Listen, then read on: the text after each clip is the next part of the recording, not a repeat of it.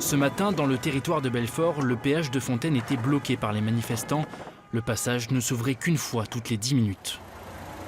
Pour préparer ce blocage, une centaine d'individus se sont réunis dès 7 h sur le parking d'un hypermarché. On a tout donné pour l'État, pour la France à travailler, et puis derrière, on nous sucre tout. Là, c'est le peuple qui se lève. Il faut vraiment que M. Macron fasse quelque chose. Là, on ne peut plus vivre, on est pris à la gorge. Il faut qu'on rachète des voitures, mais avec quoi? Nous, on fait des efforts tout le temps. On les paye, ces taxes. Mais là, on ne peut plus. C'est à eux de faire des efforts. Et c'est à eux de nous montrer qu'ils ont été dignes d'être au gouvernement, qu'ils baissent leur salaire aussi pour montrer qu'ils nous entendent. Certains ont bloqué l'accès au centre commercial, quand d'autres ont mené l'opération Escargot sur la 36, provoquant une quinzaine de kilomètres de bouchons. Pourtant, la plupart des automobilistes pris au piège ont apporté leur soutien aux Gilets jaunes. Quelque part, ils ont raison aussi. Hein. On en a marre de payer pour rien. Où passe l'argent? Voilà, tout ce que j'ai à dire. Moi, je soutiens de tout cœur.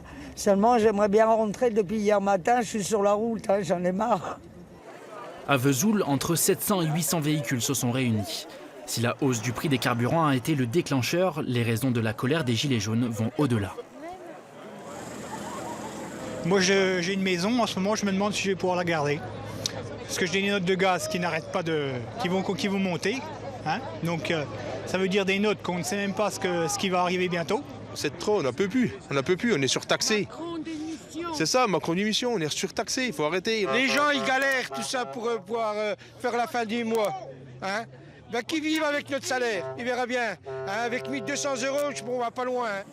Lors de ce rassemblement à Vesoul, un automobiliste a été interpellé par la police pour avoir giflé 2 manifestants.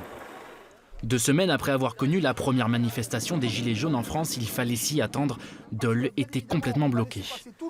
Et pour ne pas consommer plus d'essence à la pompe, ces manifestantes ont décidé de venir à 2 chevaux.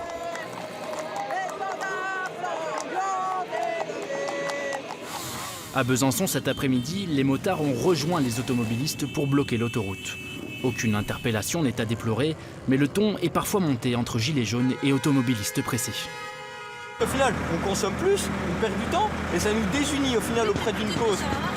Peut-être que ça a marché, mais non, citez-moi un seul exemple dans toute l'histoire de l'humanité d'une manifestation qui a servi à quelque chose. J'en sais rien. Il n'y en a pas. Malgré quelques agitations, un seul accident léger a été relevé. C'est le mot d'ordre en fait, la sécurité. Il y a la sécurité, la communication et la légalité. C'est les 3 points clés du mouvement. En Franche-Comté, plus de 10 000 personnes ont manifesté.